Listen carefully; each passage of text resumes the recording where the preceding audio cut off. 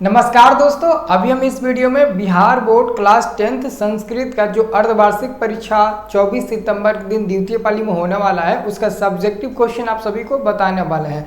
आप लोगों को पता होना चाहिए कि मैं जो जो क्वेश्चन बताता हूं पेपर में लड़ जाता है, तो बहुत अच्छे तरीके से मैं आपको जो भी सब्जेक्टिव बता रहा हूँ इसको याद करके और आप लोग अच्छे तरीके से तैयारी कर लीजिए। मुझे उम्मीद है कि इस परीक्षा में आप लोग बहुत अच्छा करके आएंगे। ठीक है, तो चलिए हम लोग वीडियो को शुरू करते हैं। आप लोग हमारे चैनल को सब्सक्राइब जरूर कर लीजिएगा और कमेंट बॉक्स में जय मां सरस्वती लिख दीजिएगा, क्योंकि अगर थोड़ा सा सपोर्ट कर देंगे तो 1 मिलियन हमारा भी मतलब ना यूट्यूब चैनल पर सब्सक्राइबर हो जाएगा। और मैं चाहता हूं कि आप लोग ज़रूर सपोर्ट करें, क्योंकि मैं दिन रात आपके लिए मेहनत करता हूं, आप सबके लिए, चाहे वो क्लास 1 का लड़का हो चाहे वो क्लास 12 का हो, हर क्लास के स्टूडेंट के लिए मैं जी जान लगा देता हूं, चाहे स्कॉलरशिप से संबंधित हो चाहे एग्ज़ाम से संबंधित हो, मतलब हर चीज़ में मदद करता हूं। तो आप सभी लोग प्लीज़ थोड़ा सा सपोर्ट करिए कि 1 मिलियन बहुत जल्द हो जाए। ठीक है, तो चलिए हम लोग शुरू करते हैं। जैसा कि आप सभी को पता होना चाहिए कि इसका जो एग्ज़ाम होने वाला है ये होगा कब, तो ये आपका अर्धवार्षिक परीक्षा 24 सितंबर के दिन द्वितीय पाली में होने वाला है। तो इसका हम सब्जेक्टिव क्वेश्चन आप सभी को बता देते हैं,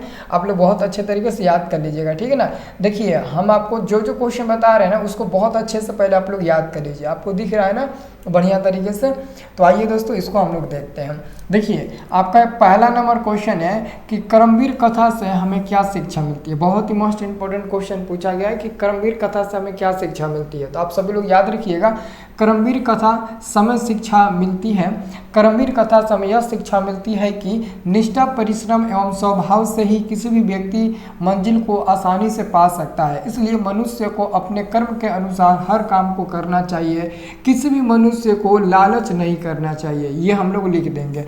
दूसरा नंबर प्रश्न है कि अलस कथा पाठ हमें क्या शिक्षा मिलती है। अलस कथा पाठ से हमें क्या शिक्षा मिलती है, तो बहुत ही सिंपल क्वेश्चन है, तो इसका सिंपल उत्तर भी होगा कि अलस कथा पाठ विद्यापति द्वारा लिखित है। इस पाठ से समय शिक्षा मिलती है कि आलस्य मनुष्य का सबसे बड़ा शत्रु होता है, इसलिए हमें आलस्य को हमेशा के लिए त्याग देना चाहिए। मतलब कि आलस्य मनुष्य का सबसे बड़ा शत्रु होता है, इसलिए नीतिकार कहते हैं, यानी कि जो लेखक है वो कहते हैं कि मनुष्य को आलस्य हमेशा के लिए त्याग देना चाहिए। ठीक है, तो ये हमारे दूसरा नंबर प्रश्न का उत्तर हो जाएगा। अगला हमारे पास प्रश्न आता है तीसरा नंबर हम सभी का प्रश्न है कि मंगलम पाठ के 5 वाक्यों में परिचय दें। मंगलम पाठ के 5 वाक्यों में आपको परिचय देना है। कितने वाक्यों में, तो 5 वाक्यों में आपको मंगलम पाठ का परिचय देना है। मंगलम पाठ 5 श्लोकों से संकलित है। इस पाठ में सत्य के बारे में चर्चा किया गया है। सत्य की ही जीत होती है, असत्य से ही, आलस्य से नहीं बल्कि सत्य से परमपिता परमेश्वर तक पहुंचने का सच्चा मार्ग विस्तृत होता है। ठीक है, ओके। चलिए अगला क्वेश्चन हम लोग देखते हैं। 4 नंबर क्वेश्चन है संस्कृत साहित्य पाठ में पंडिता छमाराव के योगदान का वर्णन करें। संस्कृत साहित्य में आधुनिक समय की लेखिकाओं में पंडिता छमाराव अति प्रसिद्ध है। शंकर उनकी अनुपम रचना है। गांधी दर्शन में प्रभावित होकर उन्होंने सत्याग्रह गीता, ग्राम ज्योति इत्यादि रचना किया था। नेक्स्ट क्वेश्चन है आपका 5 नंबर, अलस कथा पाठ से हमें क्या शिक्षा मिलती है। अलस कथा पाठ से हमें क्या शिक्षा मिलती है। अलस कथा पाठ विद्यापति द्वारा लिखित है। इस पाठ से हमें यह शिक्षा मिलती है कि आलस्य मनुष्य का सबसे बड़ा शत्रु है, इसलिए मनुष्य को आलस्य हमेशा के लिए छोड़ देनी चाहिए। आगे बात समझ में। अब देखिएगा अगला क्वेश्चन 6 नंबर। दोस्तों आप सभी लोग 6 नंबर क्वेश्चन देखिएगा। 6 नंबर क्वेश्चन है, सभी क्वेश्चन याद कर लीजिएगा। भगवान बुद्ध ने पटना के संबंध में क्या कहा था।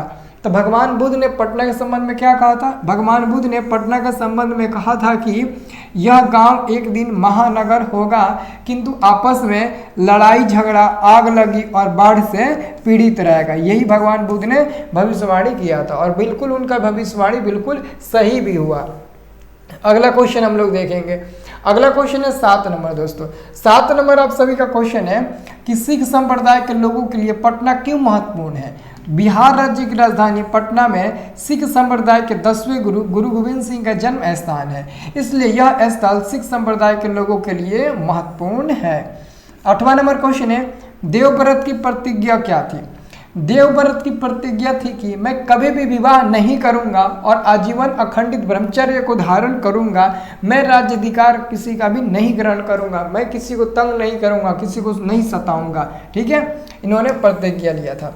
नेक्स्ट क्वेश्चन है हमारे पास 9 नंबर, वेद कितने प्रकार के हैं, वेदों का नाम लिखें। तो वेद 4 प्रकार के होते हैं, ऋग्वेद, सामवेद, यथुर्वेद और यजुर्वेद, ये 4 प्रकार के वेद होते हैं। अगला क्वेश्चन है आपका 10 नंबर, संस्कार कितने हैं वर्णन करें। तो भारतीय संस्कार 16 है। इन 16 संस्कारों को मुख्य 5 प्रकारों में बांटा गया है। इनमें से 3 जन्म पुण्य वाले संस्कार, 6 शैशव संस्कार, 5 शिक्षा संबंधी संस्कार, 1 विवाह के रूप में गृहस्थ संस्कार तथा 1 मृत्यु के बाद अंत्येष्टि संस्कार है।